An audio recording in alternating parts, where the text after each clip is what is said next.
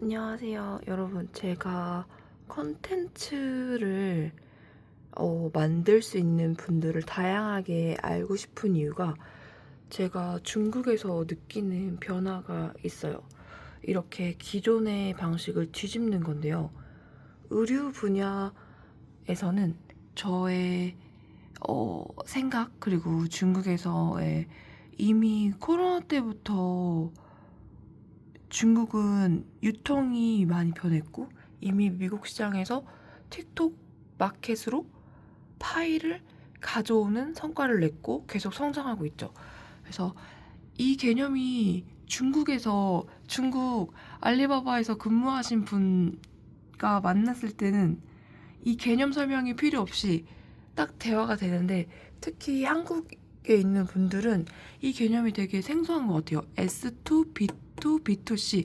근데 이제 저도 뭐 이런 설명을 하는 전문가가 아니라 저는 그냥 의류를 계속 한 디자이너고 중국에서 자체 공장이랑 매장을 계속 운영해오면서 저의 필드이기 때문에 이걸 관심을 갖고 본 거라서 설명이 좀 부족할 수 있지만 제가 설명을 해볼게요. S2, B2, B2C에서 이 공급망을, 중국의 전략은 이 공급망을 컨트롤하겠다는 거예요. 그래서 기존에는 여기 B2C, 여기는 이제 뭐 기업 거래, 뭐 소비자 전달 이런 걸로 해서 이제 도매 뭐 이런 느낌으로 다 아실 거예요. 근데 여기가 좀 특이해지는 부분이, 상품을 원활하게 공급할 수 있는 공급망을 중국이 세팅을 하고 싶어 하고, 그렇다면 이 여기도 재밌는 부분인데 이 B를 프로그램, 그러니까 플랫폼 같은 어필리에이트 링크, 쿠팡도 쿠팡 파트너스나 뭐 이제 카페24도 그 링크를 걸어서 여러 명에게 수수료를 주는 그런 디지털 부업 같은 개념이에요. 그래서 틱톡 샵도 이게 굉장히 바이럴. 여기서 기존의 마케팅 비용을 무력화시킬 정도의 시너지를 냈어요. 그러니까 중국은 참 그 돈 버는 재미에 대해서 제가 공부를 많이 한 것 같아요. 워낙 시장이 크니까 저는 일본 의류 무역회사에서도 근무 경력이 있어서 제가 굉장히 처음에 중국에 왔을 때는 미래의 느낌이었어요. 뭐 이런 유행이나 이런 게 한국도 일본의 영향을 어쩔 수 없이 받았듯이 중국도 그 큰 흐름을 따라오는 게 있는데, 중국이 앞선 건 이런 디지털적인 마켓이에요. 디지털 마켓은 중국이 뭐 굉장히 앞서 있는 것 같아요. 왜냐면 시장이 빠르기 때문에 이런 온라인 세상에서의 반응이, 실험실에서 실험을 이렇게 돌린다고 하잖아요. 그러니까 이게 인구만큼 이미 빠르게 돌려본 거죠. 어떤 특정 구간에서 데이터가 나와 있는 거예요, 중국이. 그래서 이 역할을 어떻게 보면 이렇게 도매 같은 느낌이죠. 이분들이 이 링크를 만들어서 이분들이 그러면은 판매, 소비자분들과의 접점이 컨텐츠가 되는 거예요. 그리고 컨텐츠, 소통이 가능한 그런 크리에이터 분들이 되는 거죠. 소통. 근데 여기 소통이 좀 특이한 게 이제 약간 응원의 개념이 있어요. 응원의 개념이 있어서 이 응원에서 우리가 뭐 후원 같은 걸 하잖아요. 그 후원을 할 때 요 공급이 굉장히 빛을 발합니다.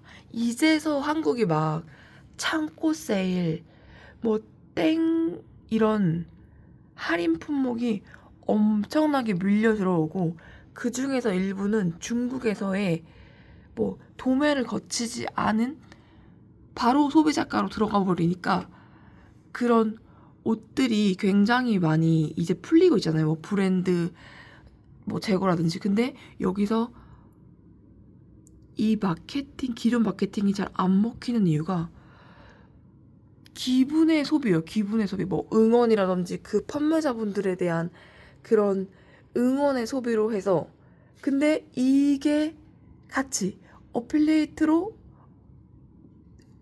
같이 성장하는 거예요. 만약에